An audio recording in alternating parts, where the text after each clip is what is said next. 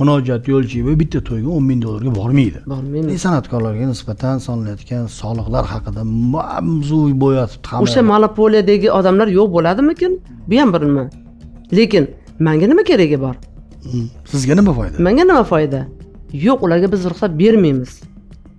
Mana gap qaytdi. Bu nohaqlik. Mehnat ular qilyapti. Mehnat ular qilyapti. Yalang'och narsa qimmat, ustida kiyim bor narsa arzon bo'lib. Nimada men Munisa Rizoyev bo'lib chiqishim kerak ekan. Matyo kechirasiz, men bunaqa chiqa olmayman dedim. O'sha yerda ba'zi bir san'atkorlar ustidan hukmronlik qiladigan insonlar bor ekan. Bu bizni ustimizdan kulish bo'lyapti-da. Men nima qilaman borib dedim. Mehmon bo'lib o'tirib ketasiz. Men mehmon bo'lib o'tiribdi, boshqa uyimda unda o'tirib dam olaman deyman. Yelkasini ochib lamkada kelin olib chiqib o'rtaga tushib, tansa tushib bizanikiman. O'zbekistonda to'y marosimlari o'tkazish yangi urflar chiqqan. Ya san'atkorlar to'lasin, nega to'lamaydi? Falon ming dollarga boradi degani hamma ham emas-da. Hamma emas. O'sha berganiga rozi bo'lib ketadigan san'atkorlarimiz bor viloyatlarda ayniqsa. Qachonki kimdir qoqilsa, battar bo'lsin deyishga biz tayyor turamizda. Mohir ustalar tanlov shiori bilan tanilgan Decoart kompaniyasi zamonaviy dekorativ qoplamalar, original ranglardagi lak va bo'yoq mahsulotlari, eshik, romlar va binolarning fasad qismini pardozlash ishlarida zarur bo'lgan a'lo sifatli barcha mahsulotlarni respublikamiz bo'ylab va qo'shni davlatlarga muqobil narxlarda yetkazib beradi. Decoart kompaniyasi xonadoningiz dizayniga mos bo'lgan mahsulotlarni tanlab berib, uni to'g'ri qo'llash borasida ham o'zlarining qimmatli maslahatlarini ayamaydi. Ekraningiz ostidagi raqamlarga murojaat qiling va batafsil ma'lumotga ega bo'ling. Decoart mohir ustalar tanlovi. Assalomu alaykum Cho'tkita va kanal kuzatuvchilari, barcha yerlarni ko'rib turganimizdan xursandmiz. Bola chaqam deb, vatanim deb uydan ishga chiqqan har bir bizni tomosha qilayotganlar so'ragandan, kutganidan o'ylamagan darajada barakotli rizq bersin. Bugungi mehmonimiz O'zbekiston xalq artisti, O'zbekiston qahramoni, O'zbekiston Oliy Majlis senatori Munoyatxon Yo'lchiyev. Assalomu alaykum. Tomoshabinlar bilan ko'rishib olasiz. Assalomu alaykum aziz yurtdoshlar. Barchalaringizga yaxshi kayfiyat tilayman. Sog' bo'linglar. Munoyat opa, bugun har bitta kelgan mehmonni ogohlantiraman, siz ham ogohlantirib qo'yaman. Siz bilan kechadigan vaqtimiz, beradigan savollarimiz hech qanday kesib tashlamaydi deyiladi va kesib tashlanmaydi. Agar ma'qul bo'lsa, ma'qullab bersangiz suhbatni boshlaymiz. Ma'qul, mayli. Ma'qul, rozisiz. Xo'p. Savollarimiz birinchi o'zim tuzgan savollar, keyin muxlislarga suratingizni qo'yib savol yo'llang deganmiz. Savollar kelgan muxlislaringiz tarafidan u savollarni ikkinchi blokda beramiz. Birinchi blokda savollarimizni boshlaymiz. Cho'tkita va jamoa suratga olayotgan manzil har doim aytamiz. Ayvon milliy taomlar, ayvon restoran, shinam xonalari eng mazali taomlari faqat mijozlar uchun. Bizda hamma narsa samimiy, hamma narsa chin yurakdan. Ayvon restoran taklif qilaman. Munoyat opa, mana xalq artisti, senator, xalq qahramoni, yana qanaqadir e'tiroflar bilan, faqat siz boshqalar ham avvallari e'tirof etilgan, lekin men siz bilan suhbatdaganda sizga nimalarga taqiq qo'yadi, nima imkoniyatlar beradi, qanaqa mas'uliyati bor bu narsani? Xalq qahramoni, xalq artisti, senatorsiz, boshqalar qo'ymayotgan, o'zingizga siz o'zingiz o'rningizni bilib qo'yayotgan taqiqlarchi? O'zingiz qo'yasiz o'zingizga taqiqni. Menga mumkin emas. Endi shunaqa bizda endi qaysi ma'noda taqiq? Masalan deylik, biz uchun mumkin bo'lmagan, masalan deylik, intervyular berishimiz yoki ommaga YouTube kanallariga o'zimiz men masalan taniqli insonman, men shu narsani eshitish kerak deb bo'lsa bo'lmasa intervyular qilib chiqishimiz, masalan, bu narsani biz o'zimizga ep ko'rmaymiz. Bu mumkin emas. Men o'zim shunaqa o'ylayman. Mana hozir mana sizni intervyungizga ham o'ylab keldim. Mana ertaga yana bir boshqa bir intervyularimiz bo'ladi. Shu bu intervyularda ham rahbariyatdan so'rab, masalan, mavzuda intervyu bersam bo'ladimi deb so'radim. Opa, ozgina kechiktiring, ozgina o'rganib ma'qullaylik, keyin intervyu bering degan gapni bo'ldi. Yoki bo'lmasam o'sha rahbar oldida kiyinish madaniyatimiz yoki protokolni kiyimda kelishingiz kerak deb aytishadi. Gohida o'sha administratsiyadan yigitlarimiz aytadi, opa sizga hammasi mumkin. Siz ochiq-chochiq kiyinmaysiz, siz o'zingiz bilasiz kiyinishni degan gapni aytishadi. O'shanga qarab, o'sha holatda, o'sha yig'ilishlarda, uchrashuvlarda qanaqa kiyinish kerakligini o'zim hal qilaman. Bugun Instagramlarda, YouTube'larda hamma yoqda baqir-chaqir bo'layotgan mavzu bor. Bir ikkita xalq artistlari ham o'zlarining fikrlarini bildirishdi. Kimdir to'liqroq, kimdir chalaroq, kimdir hali o'zi tushunmasdan. ko'p qatorda bildirilgan fikrlar tomoshabin tarafidan, xalq tarafidan u haq gapiryapti, bu haq gapiryapti, lekin oxiri baribir bu narsani oxiri hal bo'ladigan narsa qonuniy hal bo'ladi. Buni inkor qilmaymiz. Ya'ni san'atkorlarga nisbatan solinayotgan soliqlar haqida mavzu bo'yatib hamma yoqda. Hozir hamma ishimiz bitgan, bizning texnologiyamiz rivojlangan, biz kosmonavtlarimiz oyda, ekonomikamiz, hamma narsamiz hal bo'lgandek, mana shu mavzu asosiy mavzuga aylanib qoldi. Nima deb o'ylaysiz? Bungacha to'langan soliqlar va bundan keyin to'lanadigan soliqlar va umuman san'atkorga nisbatan solinayotgan soliqlar qanchalik o'rinli, haqli, qayerda nohaqlik bor, shaxsiy qarashlaringiz. Bilasizmi, men hali to'liq tanishib chiqqanim yo'q. Men eshitdim soliqlarni joriy qilinishi haqida. Ba'zi bir qarashlarimda men ham nohaq deb o'ylayman, ba'zi bir qarashlarimda to'g'ri deb o'ylayman. Endi uning uchun o'sha mutaxassislar o'zi bilan suhbatlashish Hali jarayonda ekan bu. Hali jarayonda, lekin bu narsani biz tushunib olishimiz kerak. Ba'zi bir san'atkorlarimiz haqiqatdan noto'g'ri deb birdaniga e'tiroz bildirishi to'g'ri tushunaman. Lekin mohiyatini bir anglab olishimiz kerak. Uning uchun men ertaga bo'ladigan ular bilan suhbatimiz bor. Men hali yuqorida aytdim. Aynan mana shu borada meni ham intervyu berishimni xohlashgan edi. Men aytdim, men hali tayyor emasman, chunki men hali tanishib To'liq tushunchaga ega emassiz. Tushunchaga ega emasman. Va oldin o'rganib chiqay deb, men ular bilan mana ertaga keyingi kunlarda bo'ladigan suhbatlarimiz bor. Bir tomondan 3 xil toifada deb aytilyapti. Masalan, katta bir daromad oladigan va o'rtacha va eng quyi san'atkorlarimizni deb aytilyapti. Bu to'g'ridir, lekin yana bir tomoni bor. San'atkorlarimiz o'zlarini jamg'armalarini oshkor qilmaydi. Bu yerda balki shu tushayotgan tushumni qaysidir ma'noda oshkor qilish, nazorat qilish. Lekin bular hozir aytayaptiki, naqd pulda berilmaydi. 29-yilga borib deyilyapti. Lekin qanday qilib? Deylik, masalan, siz masalan to'y qilarsiz. Siz masalan meni to'yga chaqirmoqchisiz. Masalan, men o'zimni stavkamda deylik shuncha deb aytdik. Lekin siz o'sha narsani karta orqali o'tkazib berishingiz uchun ular ham, siz ham qanday yo'l tutasiz?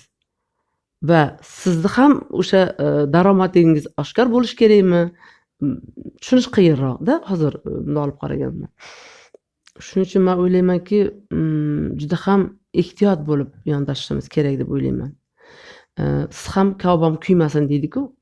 Shuning uchun san'atkorlarimizga ham va davlatimizga ham manzur bo'ladigan, ma'qul bo'ladigan bir yechimga kelishimiz kerak.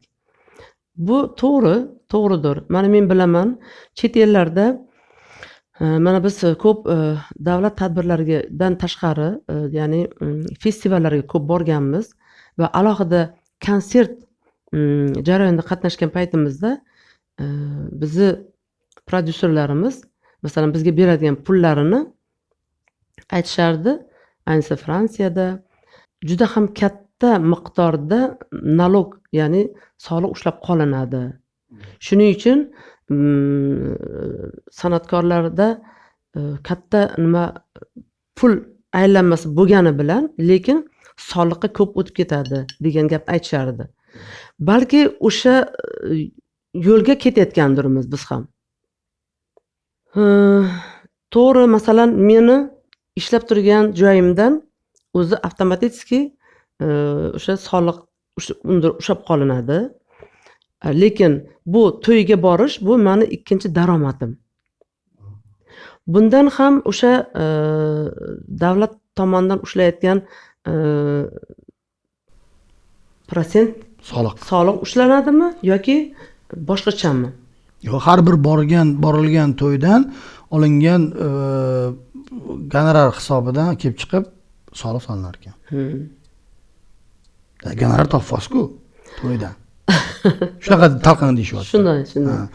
Bilma, buni san'atkorlarimiz o'zaro ham muhokamasida kimdir mazza qilib yashayapmiz, pulimiz ko'p, sharoitimiz yaxshi, to'lashimiz kerak deyapti. Kimlardir chiqib, yo'q, bu narsa kerak emas, noto'g'ri narsa bu deyishyapti. Hozircha o'sha davlat idoralari tomonidan qanaqa muhokamada bo'lsa, ijtimoiy tarmoqda ham shunaqa muhokamada ketyapti. Bir so'z bilan, meni shaxsiy fikrim, odamzod daromad topsa, yana tegizsaman, topganidan to'lash kerak. Albatta. Lekin qolgan masalalar bo'yicha muhokamalar hali oxiriga yetmagan masala bo'yicha menimcha bu oxiriga yetgandan keyin bir natija bo'lgandan keyin bo'lishi mumkin, lekin murojaat yo'lchi va nima fikrda to'lash kerakmi, yo'qmi bir so'z bilan? Albatta to'lash kerak. Bu nima ish qilsangiz ham, mana biznesda biznes ochmoqchi bo'lsangiz, albatta haqqoniy bo'lsa, o'sha soliqlarni vaqtida to'lab, daromadingizni yashirmasdan to'lasangiz, ishingiz ham unumli bo'ladi va o'sha ertaga tilingiz ham uzun bo'ladi. Shu ma'noda soliq to'lab yurganimiz ma'qul. Xo'p, bitta xizmatga borganda bitta to'lash masalasiga tushunarli, lekin bitta narsani aytishimiz ham kerak. Ertaga 2029-yilga borgandan keyin ma'lum miqdorda bir summaga kelishilib, o'sha summa qo'yiladigan bo'lsa, bitta e'tirozli tarafimiz bor. Murojaat yo'lchi va bitta to'yga $10,000 bormaydi. Bormaymiz. $10,000 boradigan san'atkorlar bor. To'g'ridir, $5,000 borar. Qancha o'shalardan andoza olishlik juda to'g'ri deb bilmayman. Ya'niki, o'sha har bitta odamni topayotgan real hayotda bugun mana kechqurun to'yga bordi, necha pulga o'sha puldan belgilansa, haqiqatga yaqin bo'ladi, chunki u topayotgandan to'layapti. Chunki ba'zi holatlarda tushunarsiz holatda bo'lib qolib turib, kimlardir e'tiroz bilan chiqyapti, o'rinsiz bo'lsa ham. Endi bu o'sha boya yuqorida aytganimizdek, muhokamami? Muhokamada, qonun muhokamadan oxiriga yetaylik. Ko'ramiz nima bo'lishini. Lekin o'sha odamlarning ham fikrida, san'atkorlar to'lasin, nega to'lamaydi? Falon $1000 boradi degani hamma ham emas-da. Hamma ham emas. Ko'pchilik xalq unchalik bilmaydi. Masalan, to'yga yurishimi yoki o'sha tadbirlardan tashqari nimada bu faqat og'ir ashulalar ijro etadimi, bular maqomchi degan fikrlari ham bor-da. O'shaning uchun mana hozirda kelin salomlar, kelinlarimizni olib kirish, shu Munojat opa o'zlarini chiroyli yor-yorlari bilan olib kirib bersa degan faqatgina shu nimalarga borib turaman. O'shanda ham bizniki unaqa juda baland emas. Demak, agarda shunaqa tadbirlarga, to'y tadbirlariga boradigan bo'lsangiz, oladigan daromadingizdan siz ham soliq to'lashlikka rozisiz. To'lashga rozimiz. Xo'p, norizoligi nima gapingiz bor? Norizo bo'layotganlar ham bor. Norizo bo'layotgan bilasizlar, mana masalan bizda administrator deymiz, o'shalar o'zlari shug'ullanib shu to'yni oladigan bo'lsa, ba'zi bir san'atkorlar unaqa administrator yo'q. Kimlar orqali chiqadi, lekin yoki 500 mingga ham borayotganlar san'atkorlarimiz bor, yoki o'sha berganiga rozi bo'lib ketadigan san'atkorlarimiz bor viloyatlarda ayniqsa. Mana shular ertaga bularni qanday bo'ladi degan savol. O'shaning uchun men o'ylaymanki, ular o'zi guruh mana men tadbirga yaqinda Andijonga borib keldim. O'sha yerda jonli ijroda ular o'sha o'rtadan tushgan pulni oladi ketadi. Va undan tashqari o'sha yerda ba'zi bir san'atkorlar ustidan hukmronlik qiladigan insonlar bor ekan. Ya'ni mana deylik bitta bir restoranda zavzalimi yoki o'sha tadbirlar nima qiladigan, faqat men o'zimni nimalarim keladi, san'atkorlar. Aytgan san'atkorlarimiz keladi. Monopoliya. Va shu kelgan san'atkorlar tushgan daromadini ularga berib ketish kerak ekan. Yoki bular taqsimlar ekan. Tushgan daromadni o'sha restoranni o'sha tashkillashtiradigan odam tarqatib berar ekan. Nima deydi? Nima qilib berar ekan pulni? Qism qilib beradi. Qismi. Bu nohaqlik. Mehnat ular qilyapti. Vaqt ular ketkazyapti. Jonni jabborga berib ular ijro qilyapti. To'yxona menyudagi san'atkorlar. Shunaqa holatlar bo'lyapti degan e'tirozlarni nima qildi. Qanday qilib shularga yordam berish kerak degan gaplar borda. Shuning uchun men o'ylaymanki, san'atkorlarning nimasi xolis bo'lish kerak. To'y qilayotgan odam taklif qildimi? To'yda egasi o'sha kelishildimi? Masalan 500 ga kelishadimi, 1 millionga kelishadimi yoki 3 millionga kelishadimi? Bu o'zaro o'sha ijodkor bilan bo'lishi kerak. Yoki administrator bo'lsa, administrator bilan bo'lishi kerak. U restoranda o'tkaziladigan monopoliyani nima qilish kerak emas. Hal qilish kerak emas. San'atkor uchun bu ikki barobar nimaga tushyapti-da. Soliqqa bunday olib qaraganda. Ana to'g'ri aytdingiz. Bunday olib qaraganda, qo'pol qilib aytganda soliqqa ikki barobar tushyapti-da. Bitta rasmiy, bitta norasmiy. Bu yerdan agar hozir mana shu soliqqa nima qilinadigan bo'lsa, qonuniy qilib, balki ularga ham yaxshi bo'lishi mumkindir. Balkim, to'g'ri. O'sha monopoliyadagi odamlar yo'q bo'ladimikin? Bu ham bir nima. Nojid opa, men Instagramlaringizni kuzatib chiqdim, ko'rib chiqdim. O'sha yerda menga bir ma'qul kelgan narsa bor. Xalq ham hozir ha deb savol javoblardan aniq qilmasin-da. Sizdan bitta ozgina jonli ijro eshitsak. Munojat opamdan eshitsak. Menda shu bahor, kuz fasllarida allergiya bo'ladi-da. Tushunmayman nimadan, qanday. Mana shu holatda menda tomog'imda quruqshash bor. Shuning uchun harakat qilaman, lekin tinglovchilarimiz kutgan darajada bo'lmasligi mumkin ijroim. Kam ko'siga uzr so'rayman. Yaxshi chiqqan bo'lsa, izoh qoldiringlar, yozib qo'yinglar. Oy.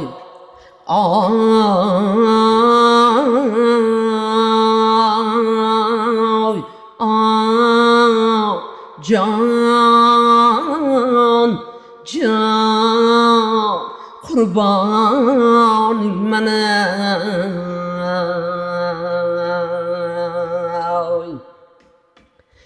kecha gömdür deban ay ul sarve gülür kelmedi ay gözlerimge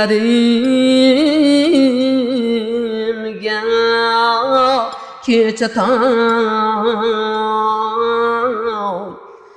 ot günçe uyku kelmedi ay ay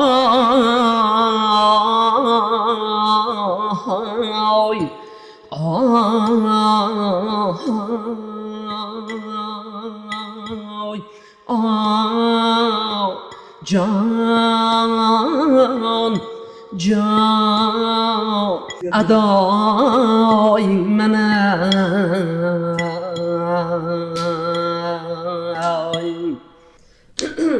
Yashang. Sog' bo'ling, rahmat. Bu bilasizmi? Hozir men musiqa saprovojdeniyasi musiqa jo'rnavozligida bo'lganda bir boshqacha nima bo'ladi-da. Shunga tayyor bo'lasiz. O'zingizni nafasingizni, o'zingizni holatingizni boshqara olasiz. Shu tugacha aytib berganingizga ham rahmat. Shuni eshitsa ham odamlar o'zini fikri bildiradi. Rahmat ijro uchun. Xo'p, Munojat opa, yana bitta narsa hozir esimga tushdi. Bir shunaqa yil bo'ldiki, juda ham bir avjiga chiqqan payt edi. O'sha paytda Ummon guruhini ashulasini aytdinglar. O'sha ijrodan maqsad nima edi? Bir yoshlar bilan asl haqiqiy o'sha o'tmish tarix san'at maqomini bir-biriga kollaboratsiya qilishmidi maqsad yoki yana nima maqsad bor edi? Birga ijro etdinglar siz, G'ulomjon akam. O'shani ham bir so'raylik. Maqsad o'sha paytlarda ma'nosi soyozroq ashulalar ko'payib ketdi. Shuning uchun yoshlarga bir o'rnak sifatida mana masalan deylik o'sha taniqli insonlar ham siz ijro qilgan ashulalar ayta oladi. Siz o'ylamang, bular faqatgina maqomda ijro qiladi yoki G'ulomjon Yoqubov mana lirik ashulalar ijro qiladi. Estrada yo'nalishida bir qancha ko'plab ashulalarni ijro qilganlar, lekin jonli ijroda ham ijro qila oladi bular. Siz o'sha yerda so'zi bor, shunaqa so'zlar mayda ma'nosiz so'zli ashulalar ko'payib ketdi degan joyi ham bor. G'ulom akam aytgan joylari bor. Ana shunaqa, mana shunaqa degan joylar bor-da. Ana shunaqa. Xuddi repga o'xshab chiroyli ijro qilib berganlar. Shu ma'noda shuni bizdan iltimos qilgan. Sizlar ijro qilinglar, yoshlarimiz sal o'ylansin, o'zlariga bir savolni bersin. Demak, ijro qilayotgan asarlarimizni so'ziga qarasin, bir ma'noli so'zlarini olib ashula qilsin degan ma'noda shu narsani bizga loyiha nima qilingan edi. Men boshida aytmayman dedim. Yo'q opa, siz to'g'ri tushuning, sizga bir nima bo'lmaydi. Men aytdimki, rahbar eshitsa nima bo'ladi dedim-da. Birinchi xayolimga kelgan narsa, rahbar eshitsa mani umuman san'atdan chetlatib yuboriladimi deb o'yladim-da. Keyin yana bir ko'rsatuvda o'sha holatga kirib, ya'ni Munisa Rizayeva bilan o'sha guruh ijro qilgan nimada men Munisa Rizayeva bo'lib chiqishim kerak ekan.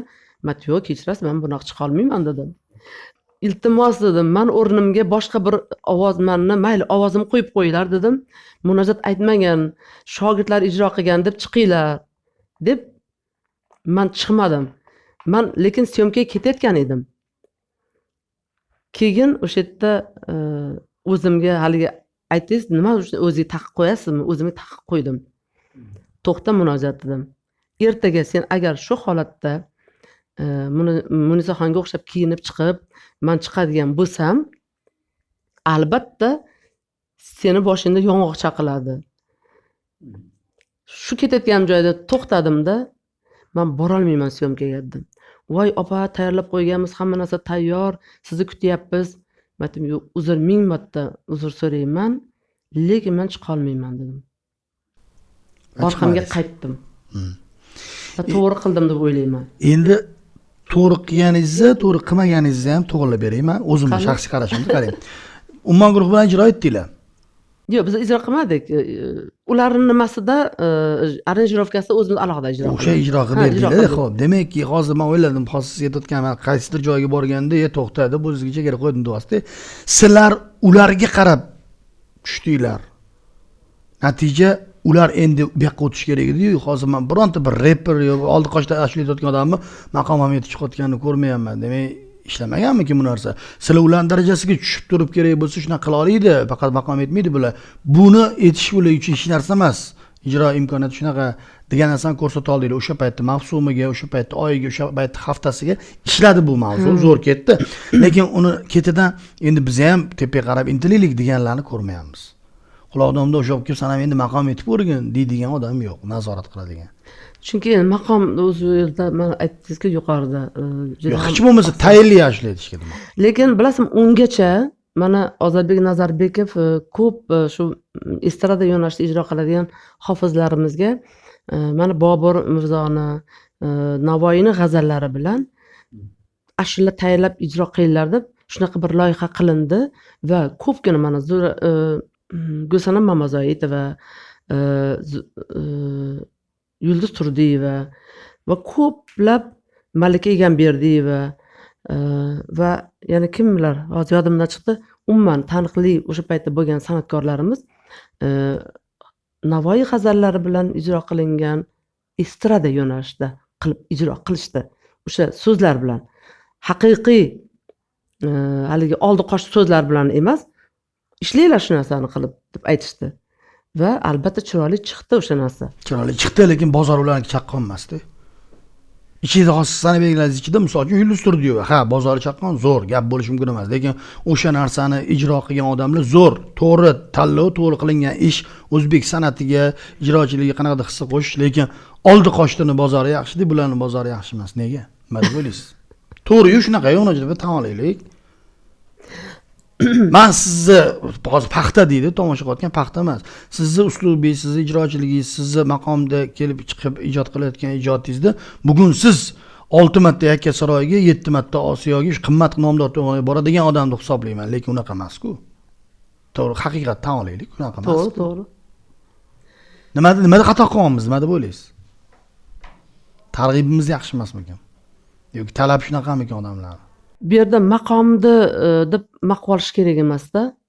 Maqom og'ir nimada? Masalan, mana hozir maqom deyapmiz. Mana masalan hozir men munojatda aytdim, munojat maqom emas. Bastakorlik yoki xalq nimasidan ushoq, lekin mana chorgohda aytadigan bo'lsak, ko'pchilik uxlab qoladi. Yoki sarahborlarda, rahbar Oromjonda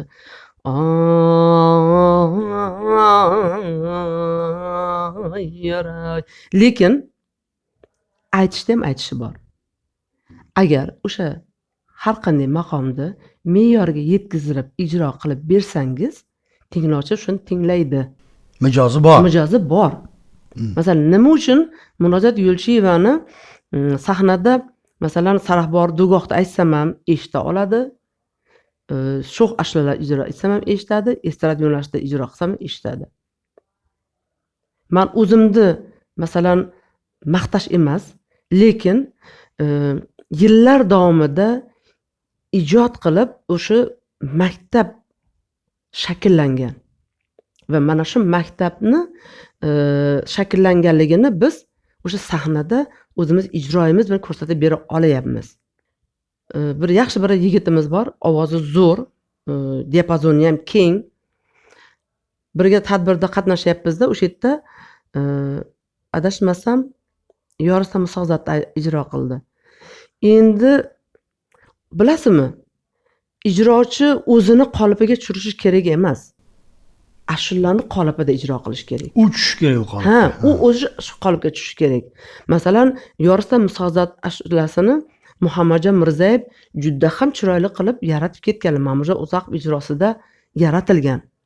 Lekin buni oldi qochirimlar bilan, boshqa bir pardalarga chiqib kelib, qilish u odamni asabiga tegadi.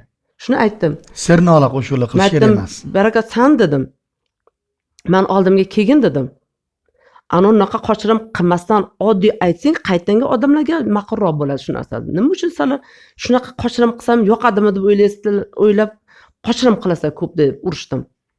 Voy ustoz bo'pti, hozir kiraman dedi. Mana shunaqa ustoz ko'rmaganligi ba'zi bir san'atkorlarimizda hamma o'zim zo'rman deb o'ylaydi. Masalan, men ham vaqt kelganda o'sha ustozim bor paytlarda men zo'r aytyapman, nima uchun ustozim meni tadbirlarga qo'ymaydi, men nima chiqsam bo'lmaydimi degan fikrda bo'lar edim. Lekin men tushunib yetdim o'sha paytda, ustozim hayotlik paytida ko'p marotaba aytdim, shu ustoz sizni bosayotgan qadamingizni nazorat qilib turadigan ustoz bo'lar ekan. Chet elda dod dedi bizani o'sha maqomchilarimiz chiqqanida yoki bo'lmasam o'sha kiyimlarida madaniyatiga qarshi chalib uni baholashi boshqacha bo'ldi chet el fuqarolarini. O'zini milliy o'sha san'ati deb qarashlar boshqacha deb baholanish. Bizda unaqa emasdi. Anni o'chirib turgan hozir mana buni qo'yib yuborgin deydi, qo'yib yuborgin deyotgan narsasi chet el narsasini so'rayapti-da. O'zimizda ham shu milliy g'urur deymiz, chiroyli gaplar gapiramiz, u hammasi yo'q qog'ozda yoki mana bunaqa intervyu biroz suhbatda qolib ketyapti, amaliyotga ko'chira olmaymiz-da. Qaysidir ma'noda o'zbekning milliy g'ururiga ta'sir eta olgan ijodkorni ham eslab o'tish xohlagan bo'ladim, Sherali Jo'rayev. O'sha insonni ijod qilayotgan paytlaridagi odamlarning talqinini qanaqa bo'lgan, nima bo'lgan degan savol bo'lsa, hozirgi kunda ham eng zamonaviy shu olibtagarchilik qilib yuradigan bolalar ham, mashina yurgan ko'chada ko'rib qolaman-da, shu mashina shoxobchasida ko'chada yurgan Sherali Jo'rayev baland qo'yib olib mazza qilayotgan. Shunaqa yoshlar ham yo'q emas. Demak, Sherali Jo'rayev qayerdadir to'g'ri ish qilganlarmi, targ'ibni zo'r qilganlarmi deb o'ylab qolaman-da. Men xohlayman Abduhoshim Ismoilov chalgan narsalarni, Gulbahor Erqo'lova yoki Munojot Yo'lchiyevani ashulalarini ham baland qo'yib olib yurishini, o'shandan men o'zbekman deb mag'rurlanishini xohlardim-da, masalan uchun. Yo'q, biz ham mashinalarimiz hozir dikkis-takkis bo'lyapti, to'sh sanoqli odamlarda Sherali Jo'rayev o'zimman san'at uslubi, ijrochiligi, ijodiga tashab ketgan meroslariga munosabatingizni ham bilmoqchiman shu o'rinda.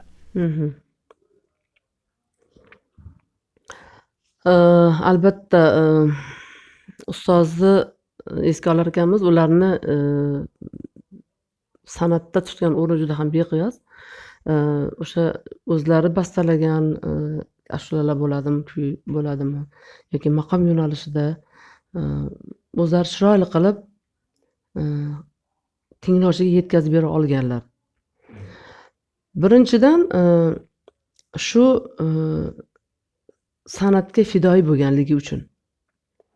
Fidoyi bo'lmasa hech qachon ikkinchi tinglovchiga yetkazib bera olmaysiz, singdira olmaysiz. Lol qoldira olmaysiz-da. Lol qoldirish uchun avvalambor fidoyi bo'lish kerak. Mana shu fidoyiliklari va ovozini diapazonligi, kattaligi va eng noyob erkaklarda ham, ayollarda ham kamyob ovozni eng pastki pardalari, alt pardalari bor. Bu hammada ham bo'lavermaydi. Kamyob. Bu 100 yilda kelsa bir kelar. Mana bitta Sherali Jo'rayevda bo'lgan bo'lsa va ayollar ovozi, masalan, hozir menda alt ovoz bor. Masalan, erkak hofizlarimizni haligi ish ovozni ishlatadigan pardasi do re deydigan bo'lsak, men o'sha do relarni bemalol bolalarimga, o'quvchilarimga o'rgatib bera olaman. Mana shunaqa bir noyob ovoz borligi. Undan tashqari har bitta ijro qilayotgan asarini, so'zini juda ham yaxshi bilardilar. Tanlashni bilardilar. Va tahlil qilib bera olardilar.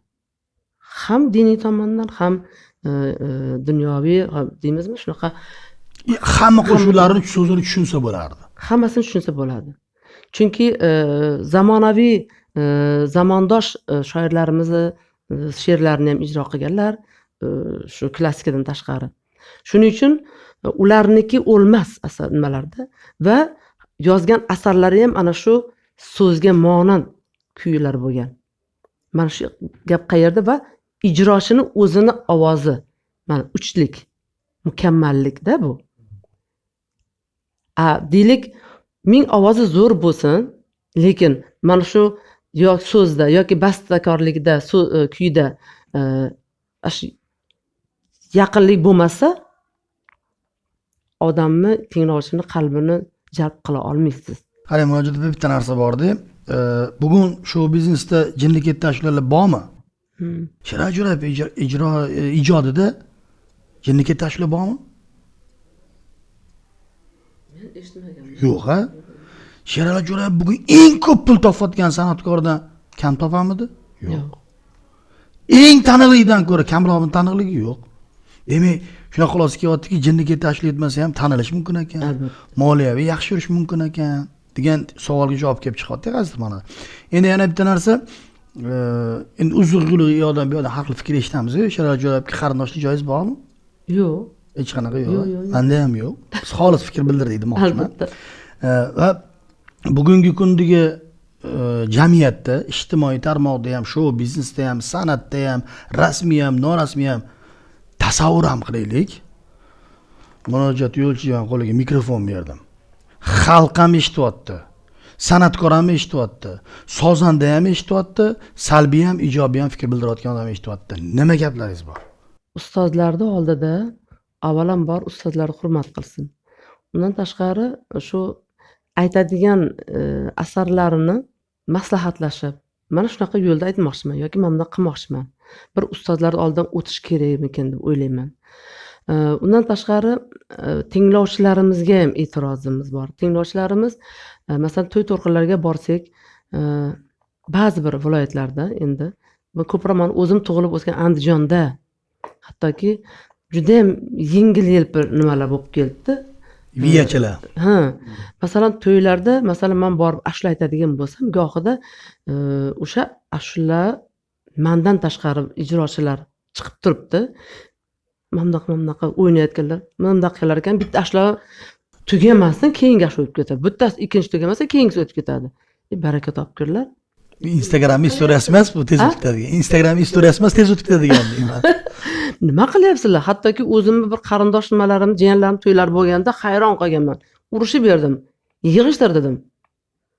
Shunaqa odam bo'lish kerak. Bas to'yda egasi nima qilyaptimi? Yoshlar kelib o'yin kulgi qiladi, to'g'ri endi yoshlar o'ynaymiz, sho'xra o'ynaymiz dedi. To'xta. Bu sen nima qilyapsan? Juda ham chiroyli ashula bo'lib turibdi. O'shanga mos, sen o'zingga ma'qul bo'lsa o'yna, o'ynamasang boshqalar o'ynasin. deydigan odam bo'lish kerak. Tinglovchilarimiz biz ham talab qila olishimiz kerak deb o'ylayman. Tinglovchilar ham shu holatga tushishimizga sababkor deb o'ylayman. Ko'p narsalar. Chunki ko'p narsa bular bizga nima beradigan odamlar, nima deymiz? Zaifga beradi. Masalan, siz buyurtmachilar hisoblanadi bunday qaraganda. O'sha tinglovchilarimiz biz buyurtmachilar. Biz ularni nimasini xohishini amalga oshirishimiz kerakmikin? Demak, ular ham sal o'ylasin.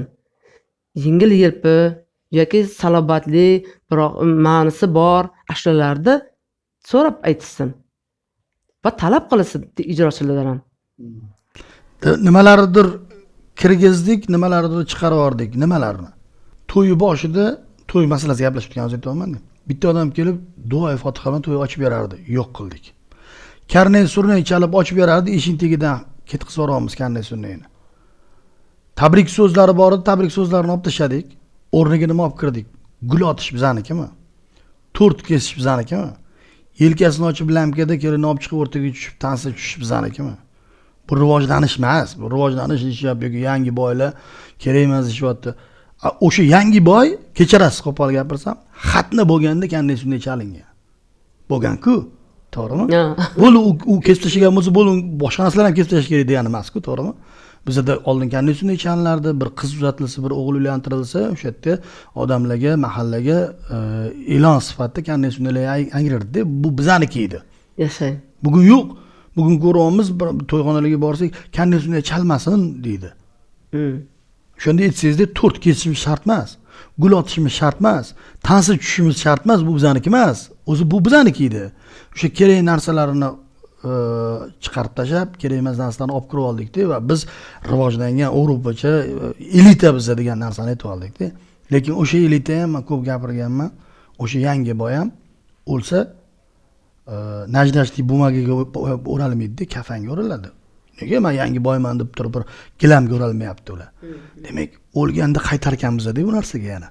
Hozir borimizda o'sha narsalarni olib tashlab, hozir qaytaraylik shu narsani. Qaytaraylik undan ko'ra. Hozir shuni qaytaraylik. To'yi boshida maqom etilsin.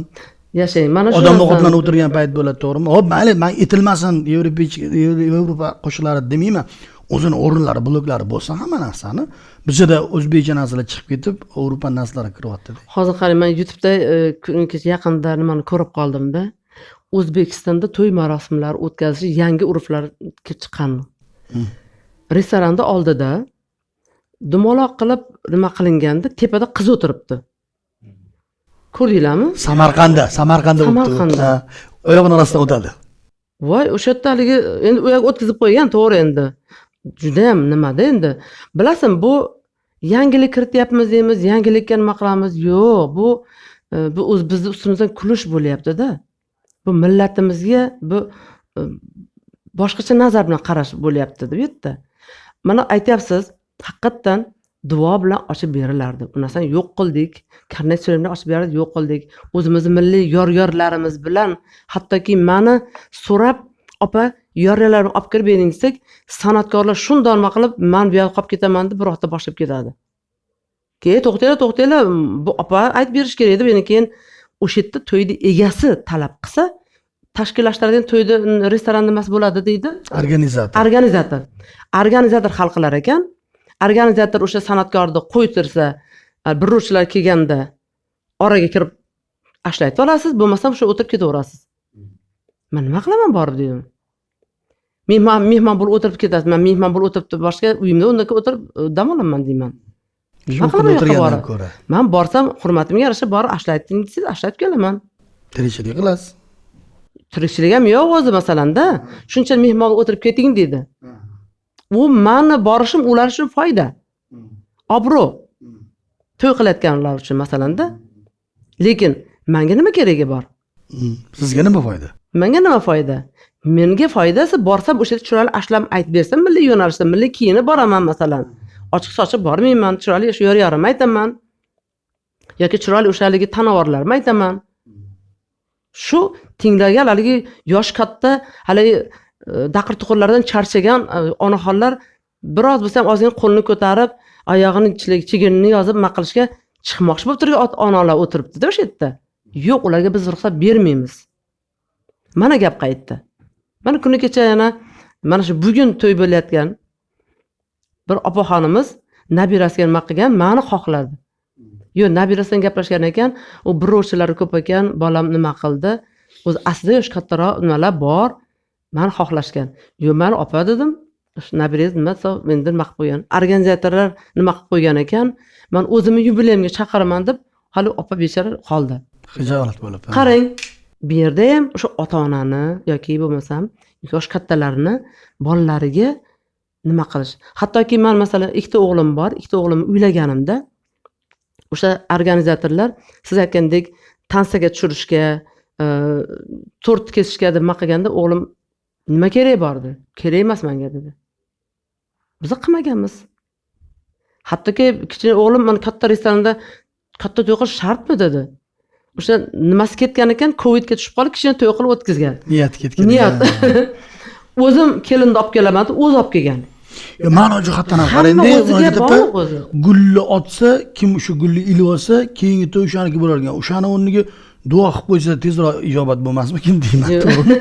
Gulni otganda mabodo ilib olsa, qaysidir qiz keyingisi shunday bo'lar ekan. Unaqa gulni nechtasi ildi? Niyatga bog'liq. Niyatingiz qanday niyatingiz to'g'ri bo'lsa, shunga bog'liq bo'ladi. Niyatni to'g'ri qilish kerak va dildan qilish kerak shu niyatni-da. Ha. Murojaatbek yana bitta yaqinda eshitgan holatim bizada hozir qolgan narsa shu nikoh qoldi. Xudoga shukr, nikohlanib bo'lyapti, lekin bitta oliy o'quv yurtida psixolog kelib surishtiruv o'tkazibdi. Agar gunoh deb hisoblanmaganda nima ish qilib ko'rgan bo'lardinglar degan savolni bergan ekan. 80% o'quvchi qizlar bergan javob bilasizmi nima ekan? Men turmushga chiqmoqchi bo'lgan odamim bilan yashab ko'rib kelgan hayot qurardim. Qo'rqib ketdim men buni eshitib. Yashab ko'rar ekanda, bu laboratoriya emas u. Oldin yashab ko'rar ekanda, to'g'ri keladimi yo'qmi degan narsani to'g'risida javob qaytarganda, xudoga shukr shunga ko'z tegmasin deyman. Va bir narsani aytaman xulosa o'rnida. Afsus, hozir siz bilan gaplashib o'tirganimda bir diskussiyaga borib kelisha olmay muhokama qilgan bir narsani tushundimki, yalang'och narsa qimmat, ustida kiyim bor narsa arzon bo'lib qolibdi. Shunaqa bo'lib qolibdi-da. Chunki ko'ryapmiz o'sha to'g'ridan to'g'ri nimaga ma'no keltirayotgan bo'lsam, o'sha yalang'och, yarim yalang'och boradigan qimmat yoki usti yopiq odobini, o'zini me'yorini bilgan, falsafasi, madaniyati, vijdoni, iymoni bor odam arzon bo'lib qoldi. To'g'ri. Shunaqa bo'lib qoldi. Mayli, bizning muhokamalarimiz, mavzularimiz juda ham keng va ko'p. Men hozir faqat vergul qo'yaman bu masalada va bir 4-5 ta odamlarni ismini aytaman, bir so'z bilan ta'rif berib o'tib ketishingizni xohlagan bo'lardim. Sizni didingizni bilish uchun va tomoshabinlarga didingizni izhor qilishligi uchun. O'sha familiyalarga bitta-bitta so'z bilan ta'rif berib ketasiz, maylimi? Voy. Qani? O'zingizni talqiningizga kelib chiqib oladi. Xo'p, qani? Farruh Zokirov. Haqiqiy intelligentni, zo'r san'atkor, zo'r inson. Gulbahor Erqulova. Gulbahor o'zini yo'nalishi haqiqiy fidoyi inson. Rahmat. Munisa Rizayeva. Jonli ijroda haqiqiy ijro qila oladigan boshlovchi. Ozod Nursaidova. Hozirgi yoshlarimiz o'rtasida juda ham populyarni. G'ulomjon Yaqubov. Zo'r san'atkorlar. Zo'r. Har tomonlama. Yulduz Usmonova. Ular ham zo'r, o'zini ustida ishlaydigan shijoati bor va o'zini gapida tura oladigan san'atkor. Demak, yana bir ta'kidlab o'tamiz, Cho'tki TV kanalini kuzatyapsiz va izohlaringizni, layklarni ko'proq bosasizlar va albatta o'zingizlar munosabatinglar zarurati bor. Ayvon restoranda suhbat davom ettiryapmiz. Sizlardan, muxlislardan kelgan savollarga o'tamiz. Aynan mana shu kamera siz uchun javob berishingiz mumkin. Demak, Pacho deb yozilgan nik ostida kelgan ekan, juda ham kibrli ko'rinadilar. Shuni o'zlari biladilarmi debdilar. Yo'q. Lekin televideniya orqali shunday ko'rinishi mumkindir, chunki ijro etadigan ashulalarimiz salobatli. O'shaning uchun haligi bashkana bo'lib tursak bo'lmaydi. Lekin men bilan bir og'iz gaplashsangiz, o'zingiz hayron qolasiz. Voy, o'zimizga o'xshagan odam ekansiz deysiz. Bu aniq. Men guvohman. Chunki ko'pchilik shunaqa deyshadi men bilan gaplashgandan keyin. Valijon Mamajonovdan savol kelibdi. Shu kungacha hayotingizni kimsiz tasavvur qila olmaysiz? Albatta, yaqinlarimsiz, farzandlarimsiz tasavvur qila olmayman. Zaynobiddin Shodmonov.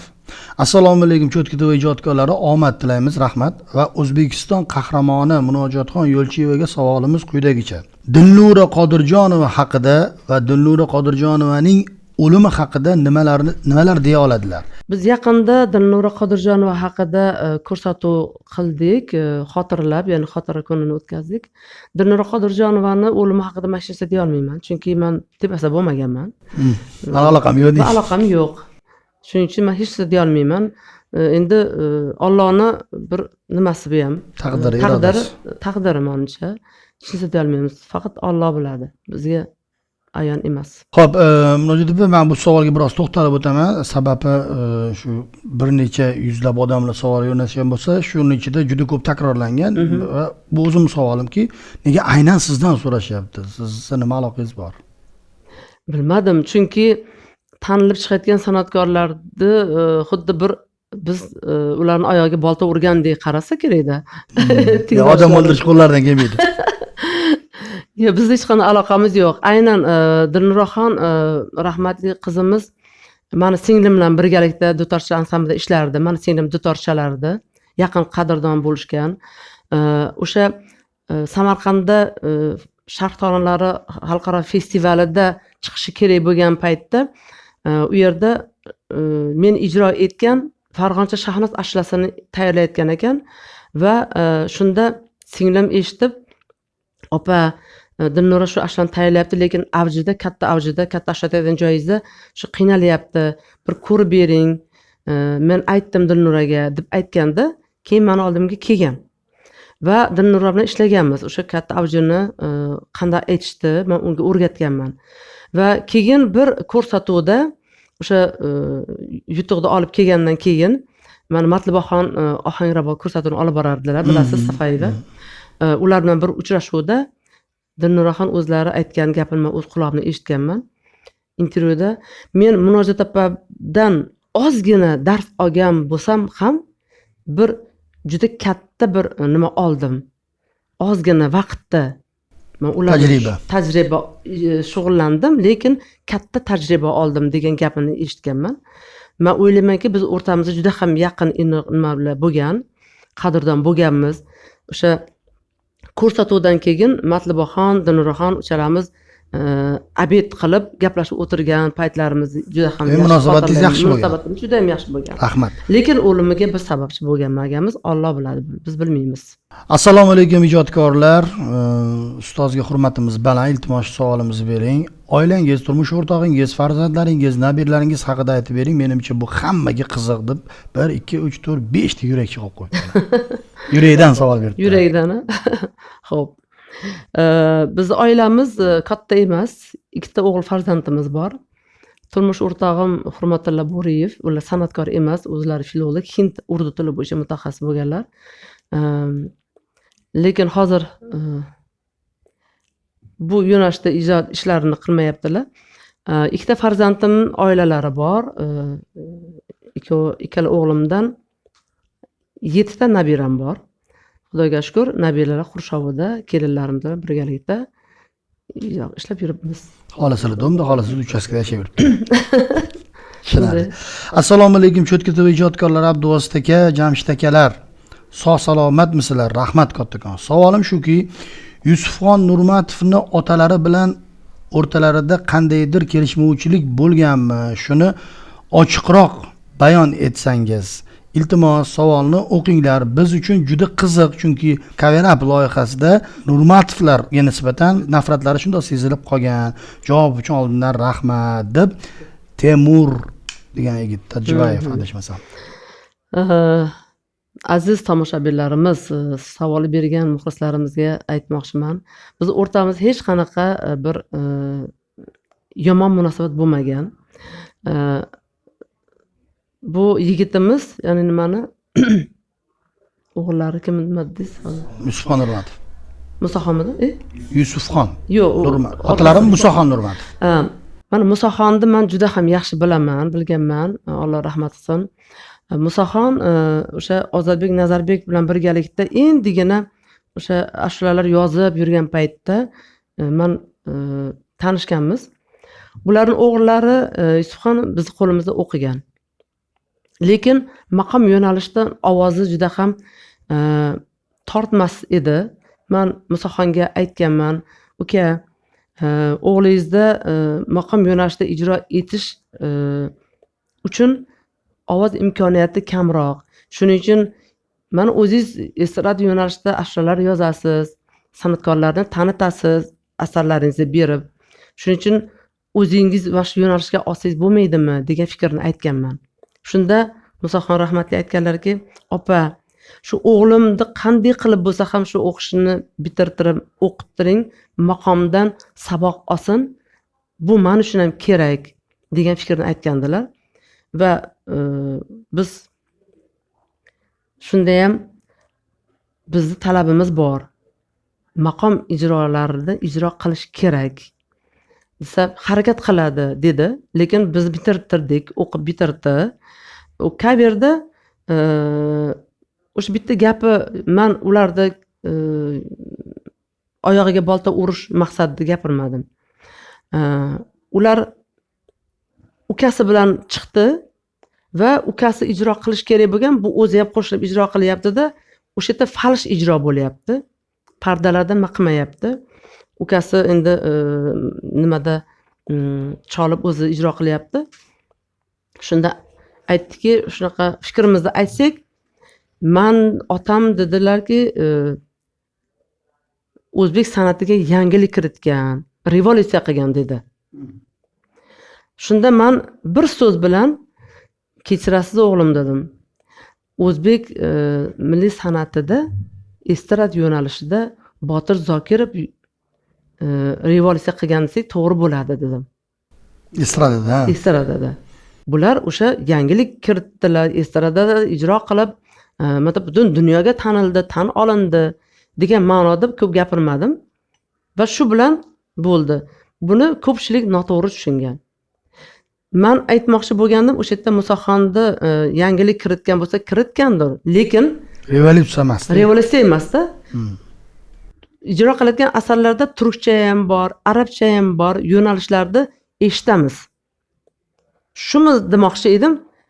Tushungan odam tushuna oldi-da o'sha narsani. Shu mana shuni aytganman xolos. Tushunarli. Keyingi savolga o'tamiz. Aisha savol beryaptilar. Assalomu alaykum. Savolim shundan iboratki, otangiz haqida siz, otangiz haqida doim eslaganingizda ko'zingiz oldiga qanday xotiralar keladi? Otamni eslaganimda otamni haqgo'yligi, qat'iyatligi, oldiga bir ishni maqsad qilib qo'ysa, shuni oxiriga yetkazishi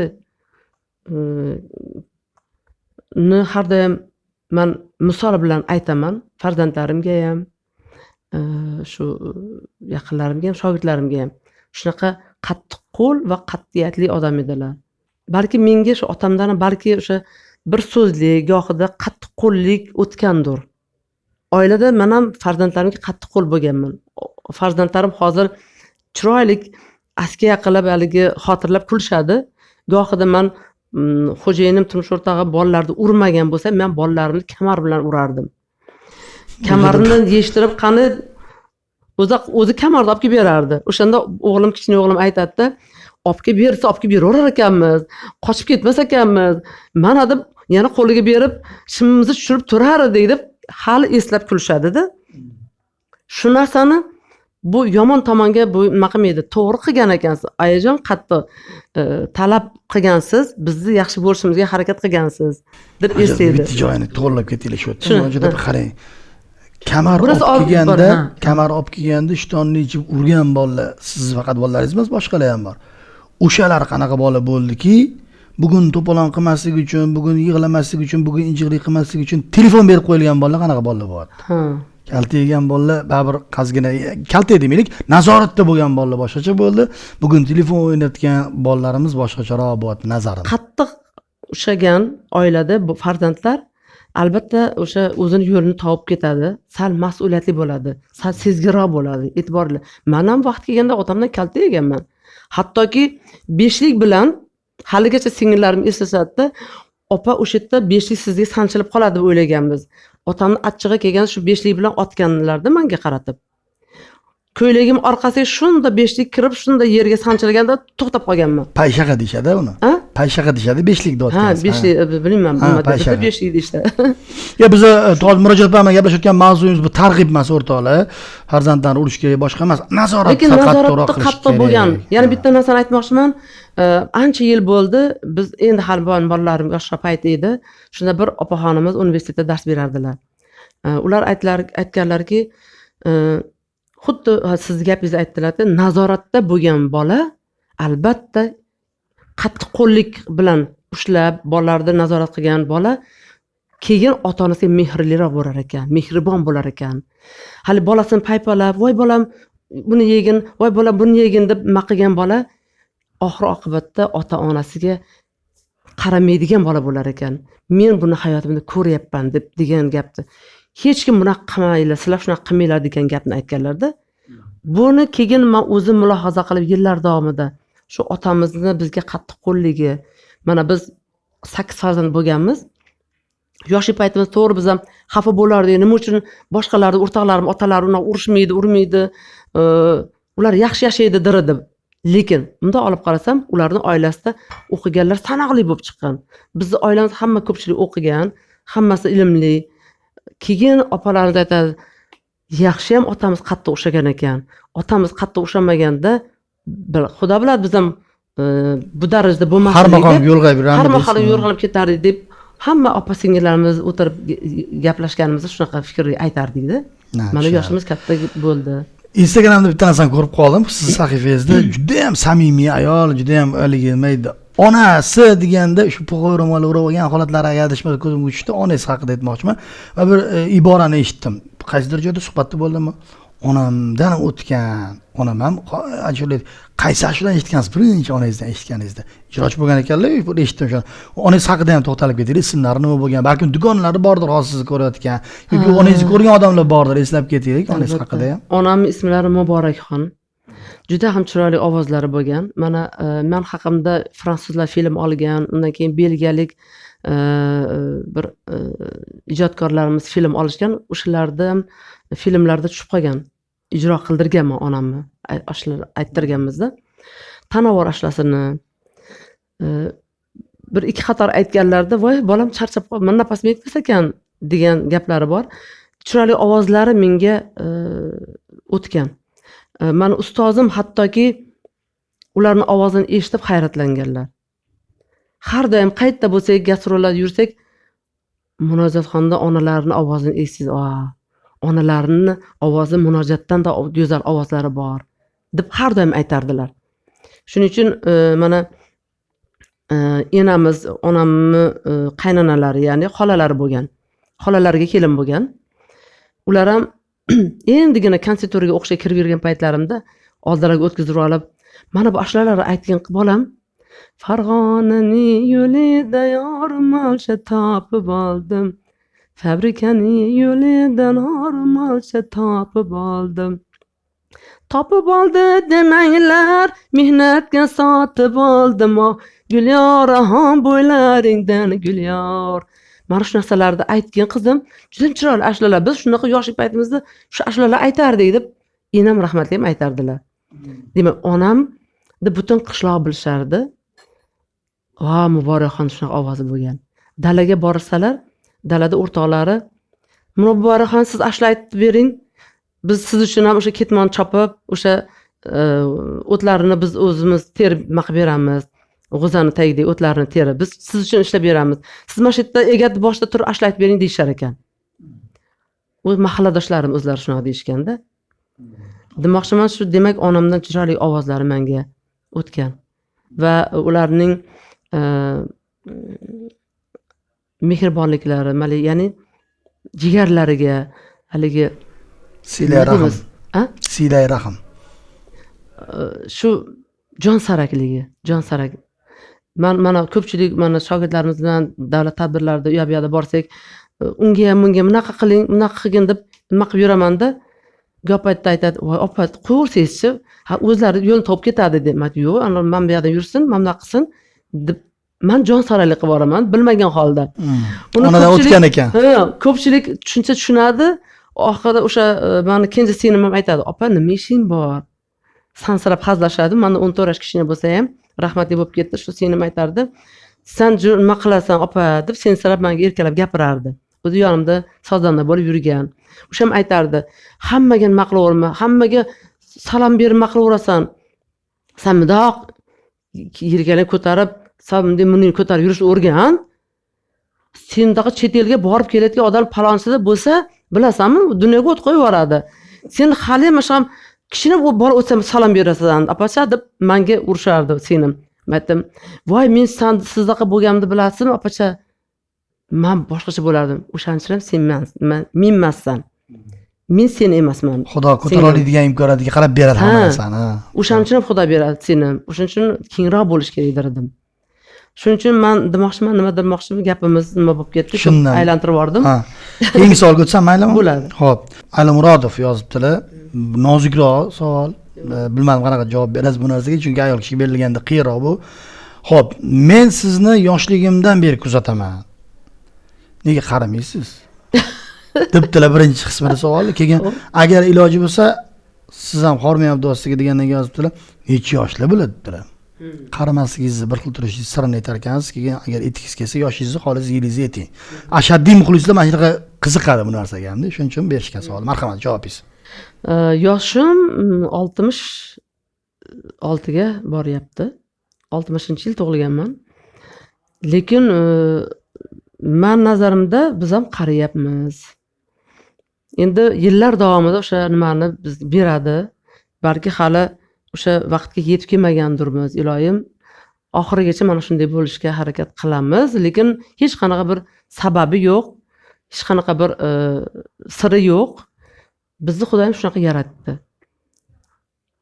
Biz boriga deb yashab yuribmiz. Bir alohida bir sabab siri yo'q, yosh ko'rinishingiz uchun so'ragan bular. Qanaqa yosh ko'rinasiz? Tushunarli. Assalomu alaykum Abduvostaga, savolim, qo'llariga qog'oz, qalam berilsa, o'tgan umrlarini nima rasm bilan chizib tasvirlagan bo'lardilar? Javob uchun oldindan rahmat. Asadbek degan yigit yozibdi. Nima bilan tasvirlagan bo'lardingiz? Daraxtning rasmini chizgan bo'lardim.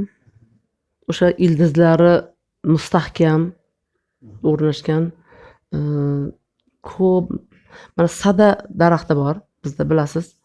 Juda ham quyuq bargli, va tik o'sadigan. Mana shu daraxtga o'xshatardi.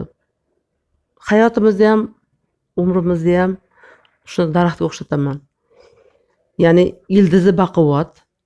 Bizni xalqimizni tariximiz baquvvat, tariximiz juda qadimiy va avlod ajdodlarimiz buyuk insonlar bo'lgan. Mana shu buyuk insonlarni davomchilarimiz. Biz ana shularga mos shuni tasvirlagan bo'lardingiz. Ha, shu tasvir bo'lgan. Xo'p, yaqinda onajonim tug'ilgan kunlari murojaat etib, iltimos ismlari Fotimaxon tabriklab qo'ying deb iltimos qilibdi. Agar xo'p, siz tabriklab qo'ying Fotimaxon onajonlari. Jonim bilan. Assalomu alaykum Fotimaxon onajon. Tug'ilgan kunlaring muborak bo'lsin, umringiz uzoq bo'lsin. Bunaqa yoshlarni ko'pini ko'ring.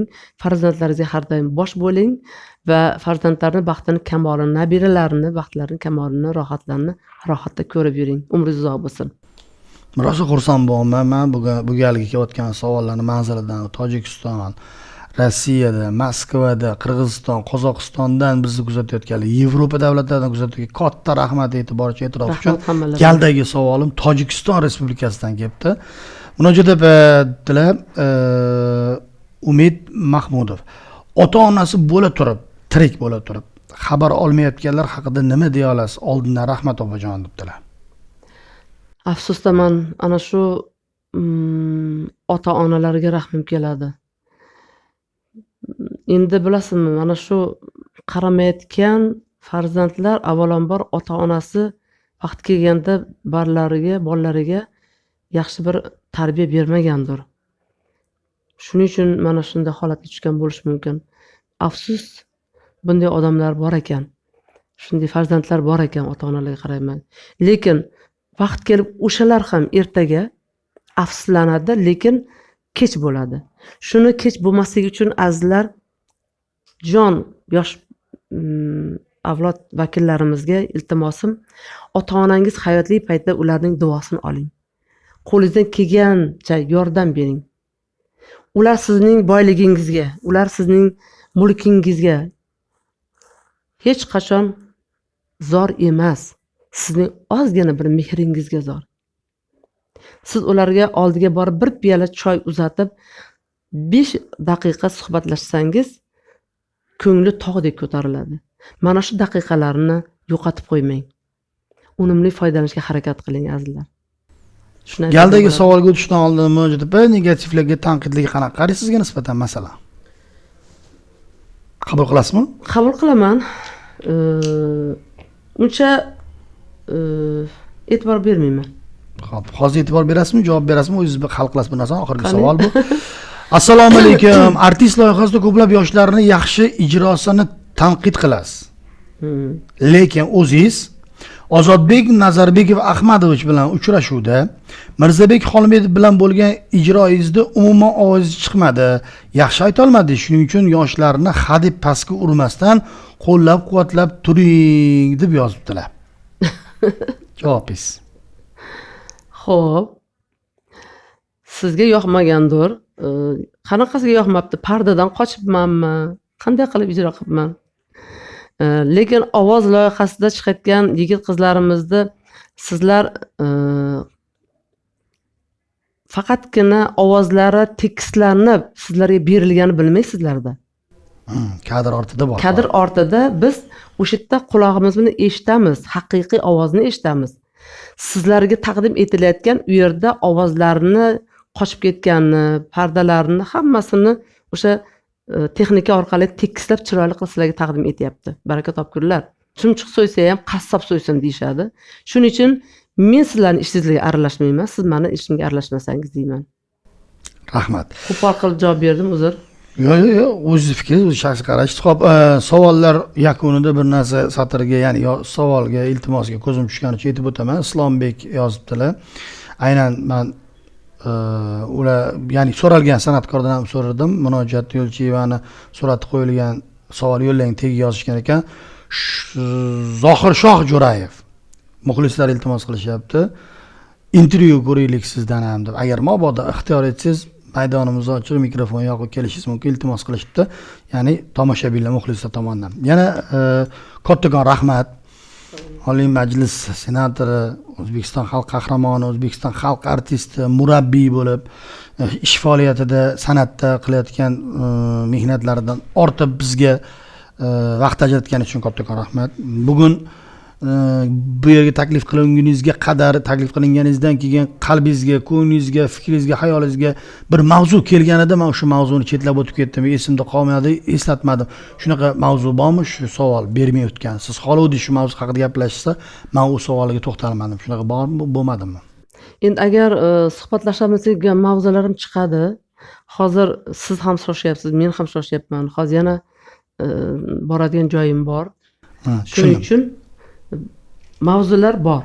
Xo'p, masjidgacha bo'lgan mavzular haqida suhbatlashganimiz haqida ko'nglingiz xotirjammi?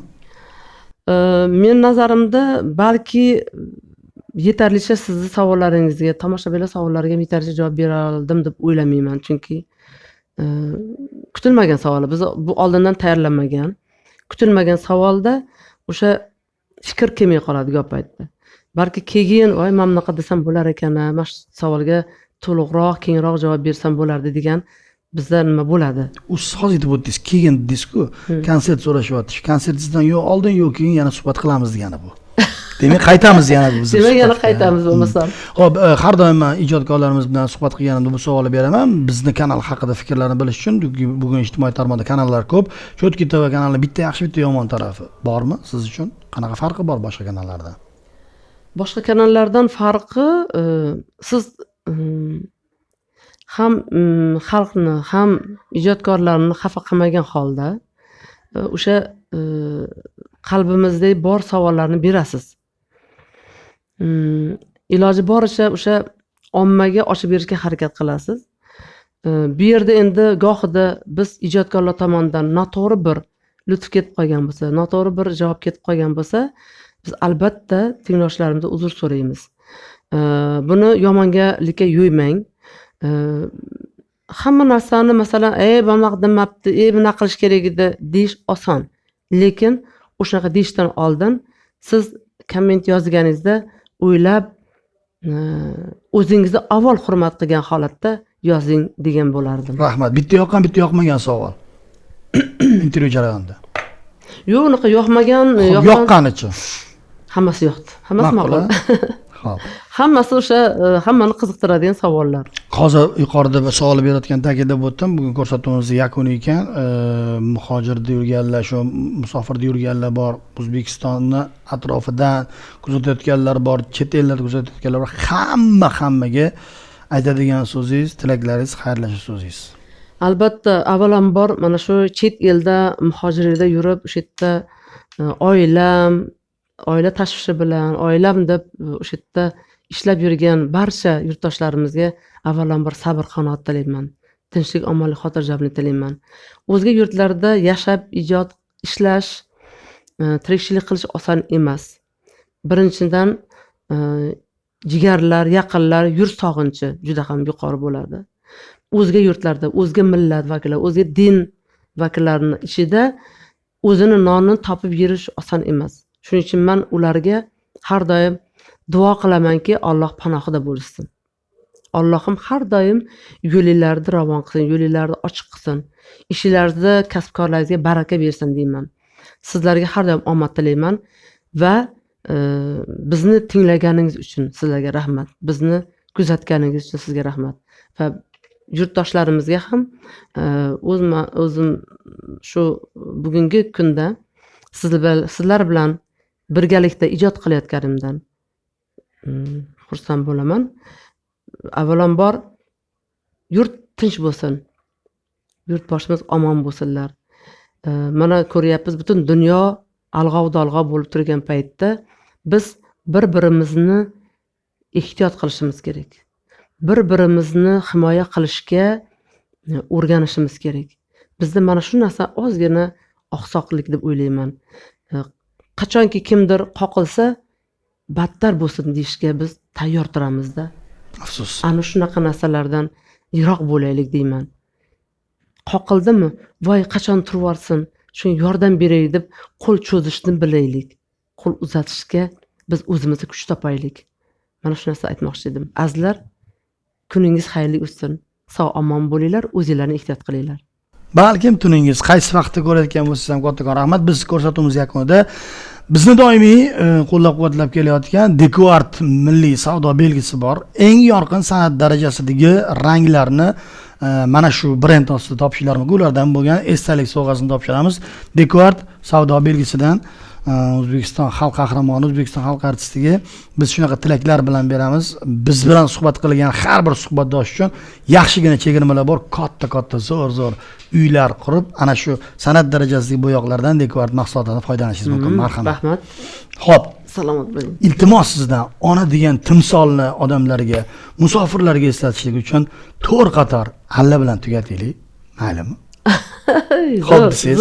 Demak, xalqim sizlar uchun bu Cho'tki TV kanali biz Ayvon restoran suratga oldik. Ismim Abduosit.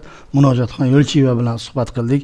Iltimosimga muvofiq barcha onasini yaxshi ko'rgan, ona timsolini ko'zini oldiga keltira oladiganlar uchun alla yurakdan. Alla yo jonim bolam, alla yo alla. Men allalar aytayin jonim bolam, alla yo alla. Sen uxlab orom olgina qo'zim bolam, alla yo alla. Alla alla jonning rohati yo, alla yo alla.